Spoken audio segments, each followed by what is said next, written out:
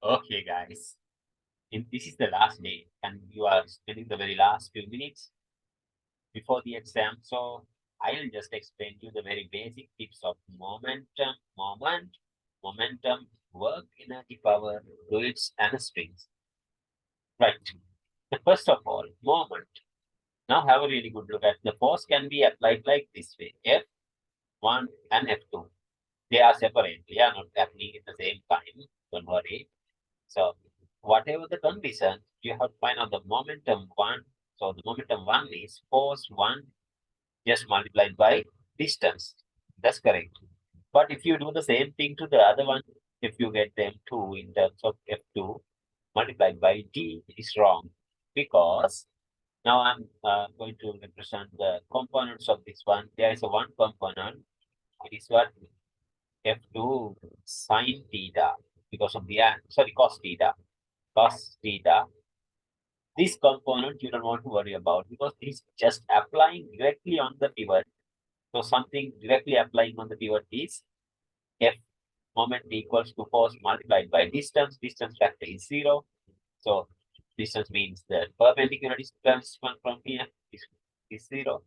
Nothing to worry about. Now there is a perpendicular component, but when you just get the components down here, it's going to be like F2 what sine theta, right? F2 sine theta. So the always get the perpendicular component F2 sine theta times D equals to M2. That's a really simple explanation from here. Right. Now let me explain you something, certain component that sometimes you may have to shut one and get the other. Shut one and get the other. How to do it?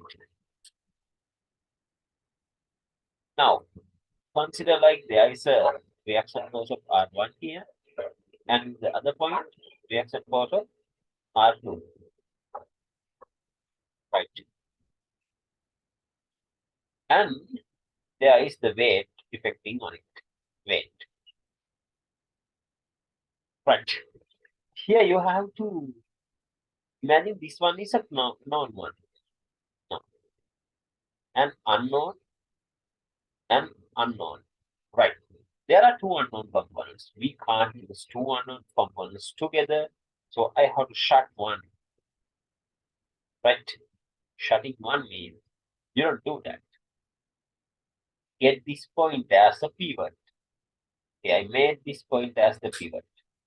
Make a one pivot and get the other result. Okay. Forces on the pivot, as I mentioned earlier, we don't count. So now tilt this arrow, this one anti-clockwise.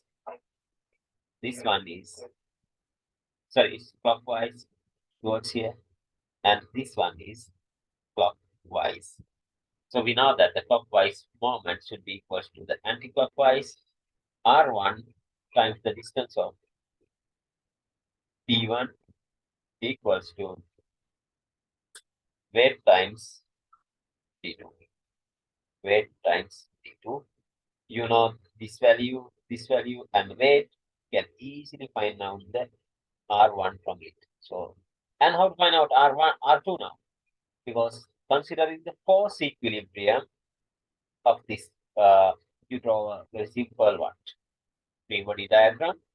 The free body diagram, weight is downward, R1 is upward, and R2 is upward. Now you know R1, now you know W already. Can easily find out by subtracting what R2 equals to W minus R1. This is really simple. Okay. Now this one will be the most challenging for the most of the students. It's like 2D directions. One in along the X direction, the other one from the Y direction. Don't worry, whatever it is, consider the pivot point. There is a what clockwise moment from this uh, force because of the perpendicular force. Is the clockwise. This one is the x-axis. See, from according to this distance of x, there was a y distance as well.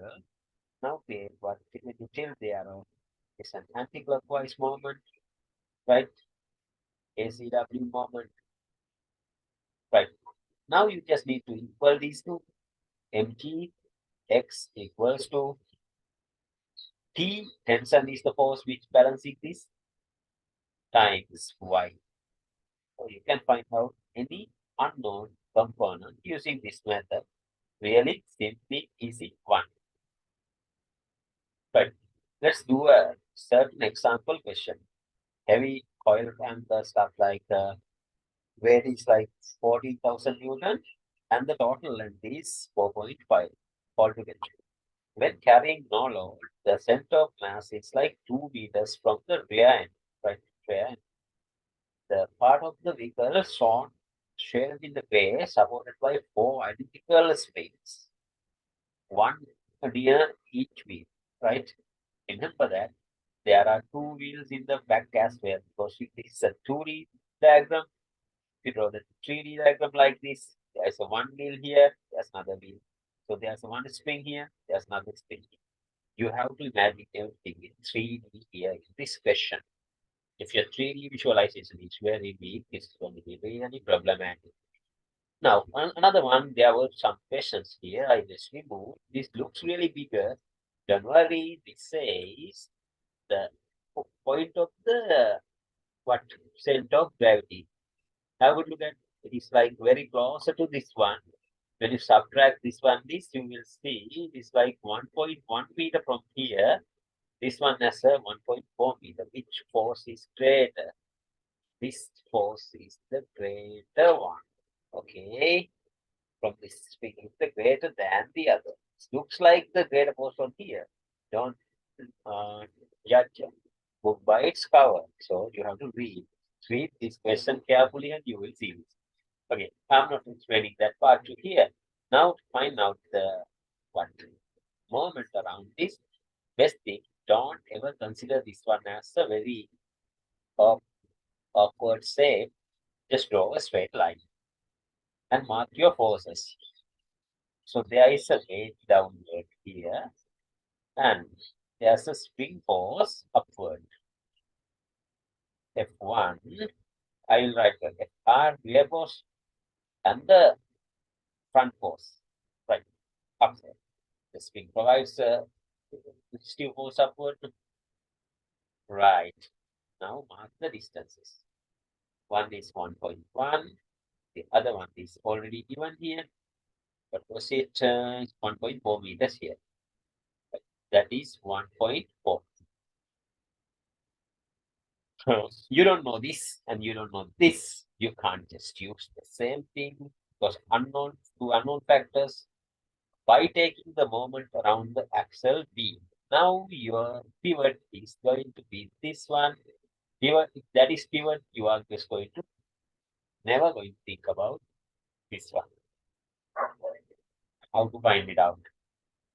FR. Remember that there are two springs, so it is 2FR. Right. How to get it now? This one is the clockwise moment provider. And sorry, and wait, towards the pivot. Uh, yeah, this one is the anti-clockwise provider. This one is the clockwise provider around the pivot. Right. Have a look at 2FR times 1 um, around this point. What is that force here totally? 2.5 meter. It's like 2.5 meter. 2.5 equals to weight is given here 14,000 Newton by 1.4. So you can easily find out the FR by dividing 14,000 times 1.4 divided by 2 times 2.5 is 5. You can just substitute and find out the answer. When you find out FR, you can find out F forward even how. You just substitute these values into the equation and get it. You know that 2FR plus 2F forward equals to 14,000. Now you know this value, you just multiply by 2 and just find out by substituting the real values and subjecting it forward, and easy to get the answers. Really simple. Okay, now let me explain you something about momentum. It's moment, now the momentum. Momentum is a really simple phenomena. But when a object just move with some velocity of v, it gains some momentum. Momentum is like the resistance to stop the motion, change of the type of motion. You don't want to know that, you can just write the definition as product of mass and velocity. So when the velocity increases, mass increases, the momentum increases. The velocity increase, that also increase. If mass decrease, momentum decrease, and the velocity decrease, also momentum decreases. Right. The most important part is most of the students misunderstood this, but change of momentum. An object which is moving with the velocity of u and increased or decreased to velocity of v, or decrease means slow down. Right? Somehow it can be increase, decrease, the increase the positive value, decrease the negative value. Now it is always going to be delta p is the change of momentum, f minus vi. Right. What is the momentum here? Pf m times v minus m times u. You can get the delta p now, m times v minus u. Really simple. Okay, guys.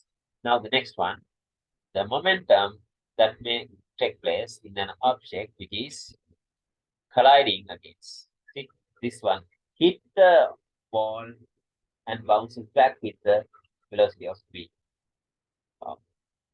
Here, this one is the initial condition, Pi and the Pf final condition. The same equation, P delta P equals to Pf minus Pi. So I take this direction as positive for my convenience. Then the initial direction is going to be negative. In other vectors, according to vectors, if one direction is positive, the opposite of that is always negative. For my convenience, I took this one as the positive. You will see why it is. So now have a look at mv in this direction equals minus what? Again minus. Why? The direction is negative. This minus is to find out the difference. It is to indicate the direction. mu. So what is really going to be? Have a good look at here. It's really confusing for most of MCQs may come. So have pay attention to here. mu. So what is the ultimate change? M times v plus u. Really simple. That's a simple. Okay, guys. The momentum of a liquid. Very rare type of question that you may get. The density of the liquid is raw. It is flowing through a certain what tube, or it can be the momentum across a wind wheel. Right, the wind is flowing, but you only consider the area. Right, have a good look at it. Just keep flowing inside, and when it strike against something, it just imparts its all momentum. So you have seen that riot resolution TV, there's the policemen just guarding this high-speed border column at those protesters. Right, equation P is equals to M times V. How to find out the mass of this water column? Water, yeah. Density equals to mass over volume, capital V. Mass equals to density into volume. According to this cylindrical shape, area into length. Isn't that right? Okay. Now this stuff is moving at velocity of v. How to get that? Length v times t. When you consider unit time, it's really important. It's 1 second. Just v equals to L multiplied by 1 second. L becomes just v. Just reconsider this point again. If you don't understand, just replay the video and see. what is going to be V now? Volume. Area into what? Velocity. Now the equation becomes mass equals to density cross-sectional area into velocity, equation number 2. Now I'm going to substitute this to here. You will see the magic now. M and V here, right? Sorry, wait. M is no longer. M is what now? Rho A V here multiplied by this velocity was there. Now it's going to be really simple. You see rho A V to the power something. It may come. Not a big deal. Just have a good look at. Really simple. Nothing to worry. So, collisions. Collisions. Collisions means the momentum of initial to this direction, the momentum of the other one in the initially as well. There's a condition to here. I would say the momentum is greater in the first one, second one than the first one. So firstly, you have to find out the delta P.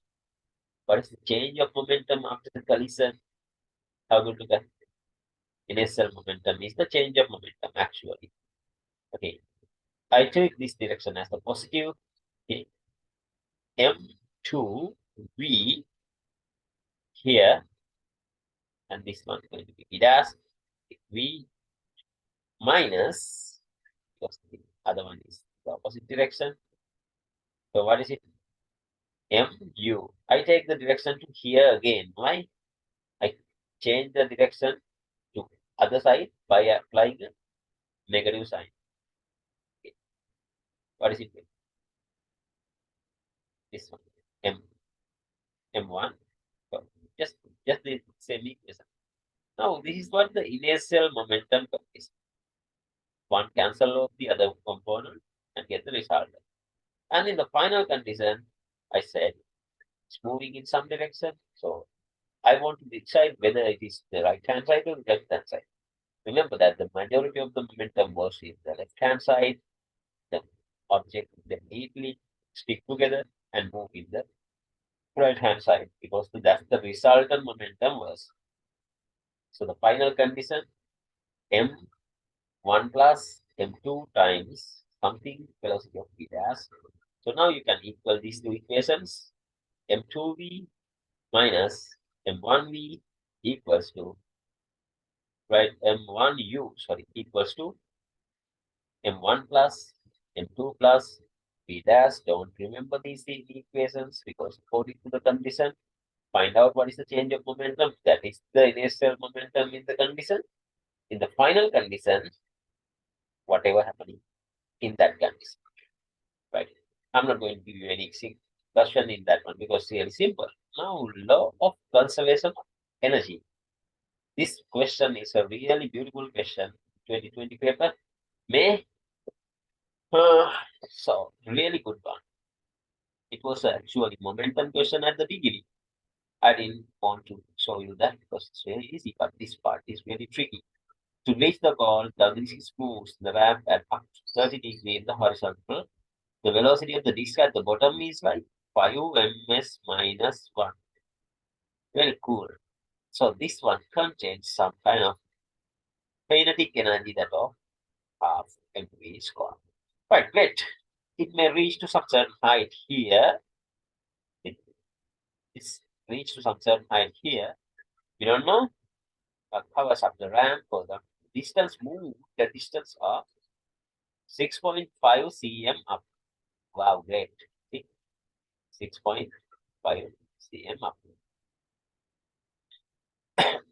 Then moving back. There is a frictional force F against them. So energy, let me explain you very simply about energy. What is energy? Energy is equal to the work done against something, force into displacement. Work that you have to do a work against something to get use of energy. So the force into displacement You have to remember this for anything.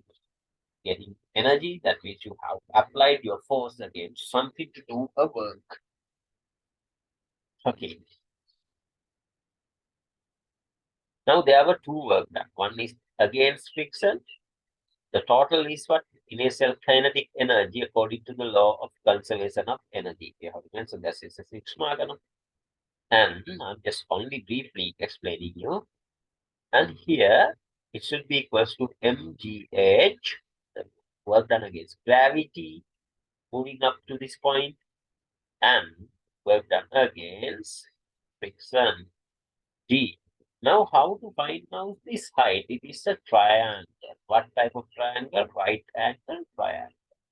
Angle is 30 degrees here, and height of h, and a distance of t. So, h equals to d sine 30. So, the substitute. And the equation is going to be really cool now. Half mv square equals to mg d sine theta plus 30 actually. Substitute plus f into d. So you can easily subject d out of it, get the result. Very simple. Okay. Now I'm about to teach you something very cool here. The springs. Before that, okay, sorry. Before teaching the springs thingy, I want to teach you the upthrust. What is upthrust? Mostly wind up point upthrust equals to V rho G. That thing we know. But the volume is not all the volume if the whole thing is not immersed. Only the volume which is immersed going to count. That is V dash here. Got it? So here for the first object, upthrust U1 equals to V dash rho G, not the entire volume. But here it is completely immersed. So upthrust equals to V or G according to the Archimedes principle. This one has a value of W. The upthrust equals to W. So W equals to what? V dash or G. That sense. Okay. Now let me explain you the spring thingy. In a spring, at the beginning, the unstretched length thingy, length is there, so the same length is there. But now this one is stretched or compressed can also be counted the same way, right? Compression is also counted in the same way, but this one we say compression strain, here the tensile strain. Okay, now whatever, at the beginning force is 0, at the end there is a force of F. For the cases there are two forces of F. F is equals to Kx. K is the stiffness constant. That means how hard it resistance to the extensor. Okay, so we call it like spring constant as well. Right? So what is the unit of K? Newtons per meter. Very simple.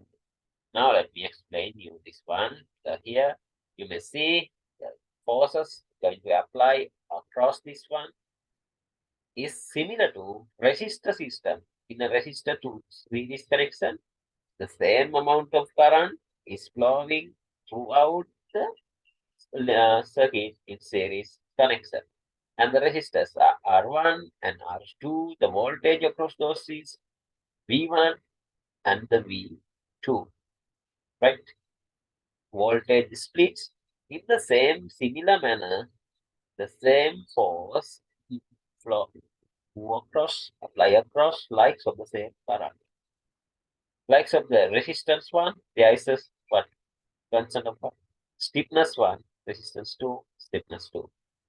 So the similar way, what extension is going to extend it, splitted like voltage x2.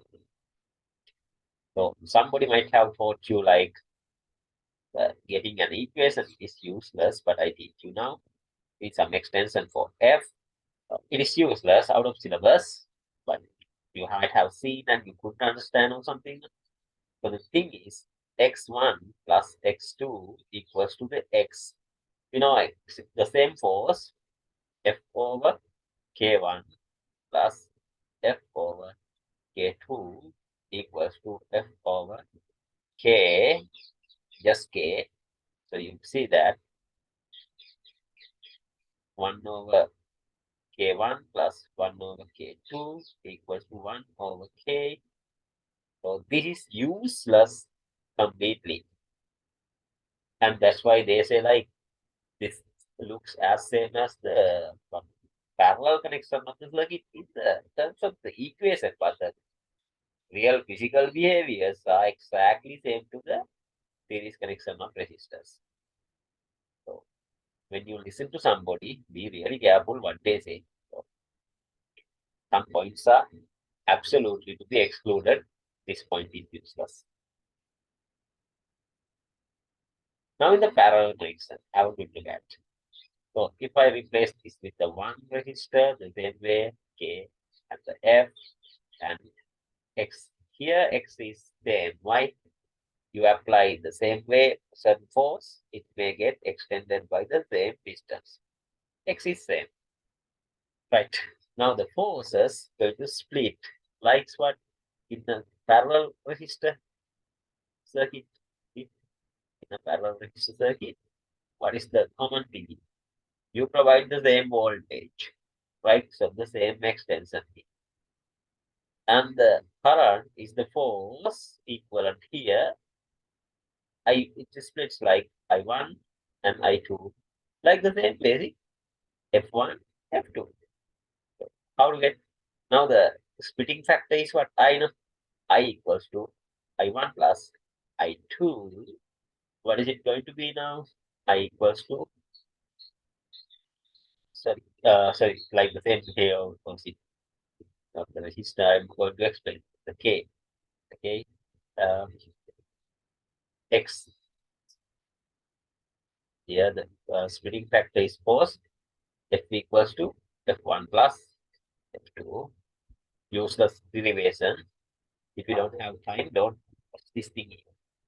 K1 X same X K2 X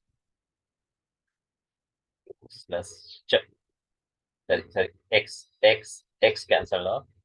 The final result K equals to K1 plus K2 is like, but the equation is only like series connection of resistors, but the behavior is exactly like of the parallel connection of resistors. Good. And the last thing I'm going to explain here is the curve of the strain versus stress versus strain. Right. Until this point, it is called what? Elastic, sorry, uh, proportional to limit. Proportional to limit means the force is directly proportional to the extension. Okay. After that, you can see for very small stresses,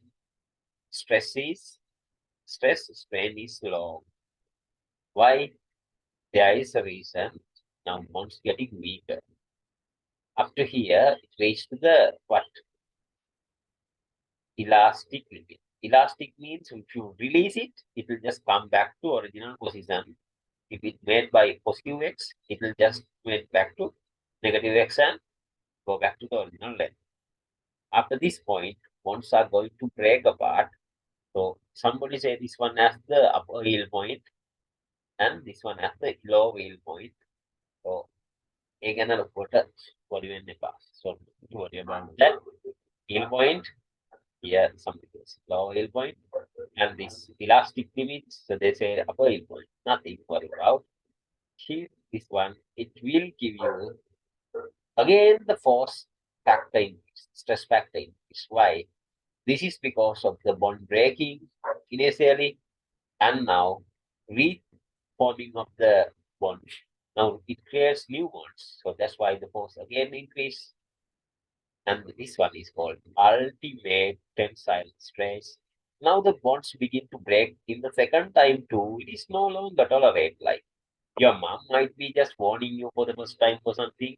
In the second time, say, do whatever you want, I don't care.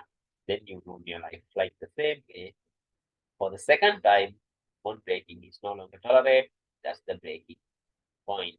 This is all about to explain force I wish all the very best in your exam. God bless you guys.